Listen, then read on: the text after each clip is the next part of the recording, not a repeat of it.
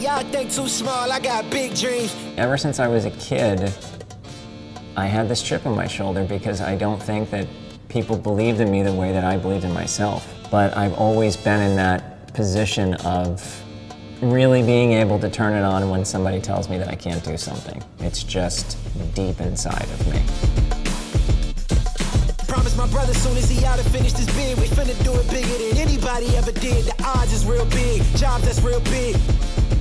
I think there's some universality to everything that he's doing, right? And that at the end of the day, when you talk about great heroes, and we were talking about reading and watching those documentaries of his heroes, he is that in so many ways, right? It doesn't matter that you want to be a dentist. Here's a guy that does something, and he's really built this empire and has changed the paradigm, and that's quite evident.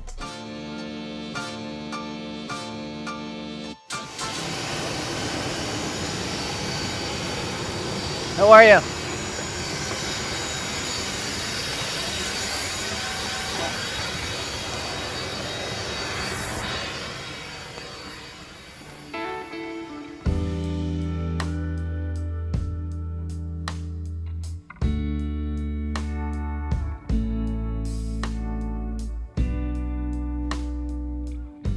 I came up yesterday, I landed yesterday from Munich, so I came just for one day to see Dr. Appa and to hear him and to visit his lecture and to get to know him personally.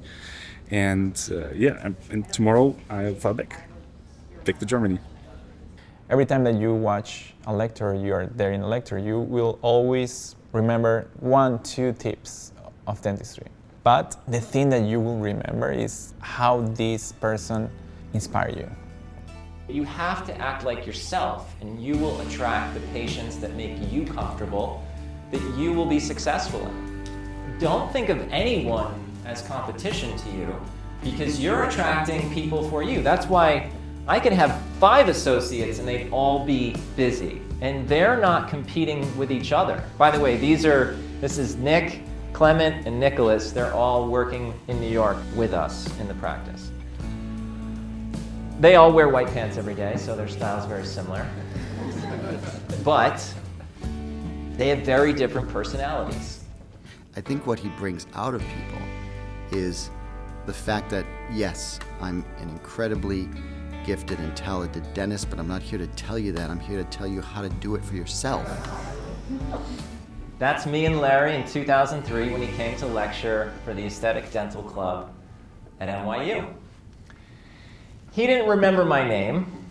Larry Rosenthal is a character. Yeah, I mean, he's one of one, for sure. He's changed throughout the years. Right now, he's so chill and funny and cracks jokes, but we know who he is. I mean, he's the guy behind all of this. How good are those? Can I have one of those, please? Especially prepared for me, because they know who I am. All right, cheers.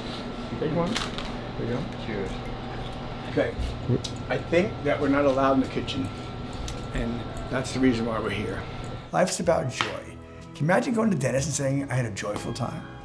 I pioneered veneers in 1981 with a fellow named Dr. Harold Horn, who invented the process. He was a biophysicist at the Guggenheim Institute, and he needed a dentist to see if this would work. When you etch the tooth and bond a tooth, it's like 1,000 fingers grabbing a tooth. We never did it before.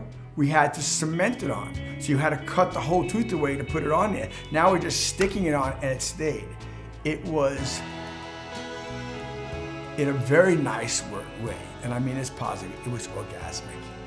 I was a second year in dental school, and he was giving a lecture on the possibilities of cosmetic dentistry. And I remember he had on the watch that Michael Douglas wore in Wall Street, and he reminded me of Gordon Gekko. And his lecture was incredible. It was very motivational, and I ran up to him and I told him, one day I'm going to work for you, and here's my card. Okay, first of all, I didn't hire him. He hired himself. So out of NYU, I went to residency for about 6 months, and I got a call from Dana, who said, Larry wants to meet with you to hire you. I took the job. and I was getting paid $150,000 a year to bleach teeth in a spa. And when I wasn't bleaching teeth, I was allowed to go to the office with the real dentists and observe. And he would go ahead and he'd look over his shoulder and he'd make a comment, and he would fight with them. They'd argue with them, or they'd fight with him. I don't know how old they were, but I know there was always problems, right? Because he was trying to show that he knew something, and they were saying, "Wait, who's this kid? Follow me in the room." He didn't know my name for 6 months. He used to call me the new guy. Where's the new guy? Get him in here, I want to show him something. And he did not know that I was capable of anything. You know, he was too busy in his own show, which he was the star of. And it was the height of his career. Larry wasn't trying to groom me and bring me up. He was just being himself, and I was pulling everything I could out of him. He was relentless first, then he was passionate second, and then he became obsessive. He would go out with me, he would go to dinner with me, he'd follow me here, we'd go to ball games, this game, everything else. He is the guy that wanted to soak it all in. In the beginning, I would emulate everything he did. And one of the most important things that I've learned is to kind of find my own voice. But once I started to get my own name, that's when I think that I learned the most from him. He knew how I did it.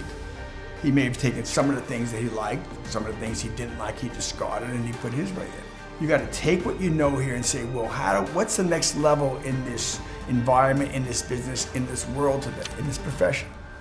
And how can I go ahead and build a brand so that the public will understand that we're at a different level?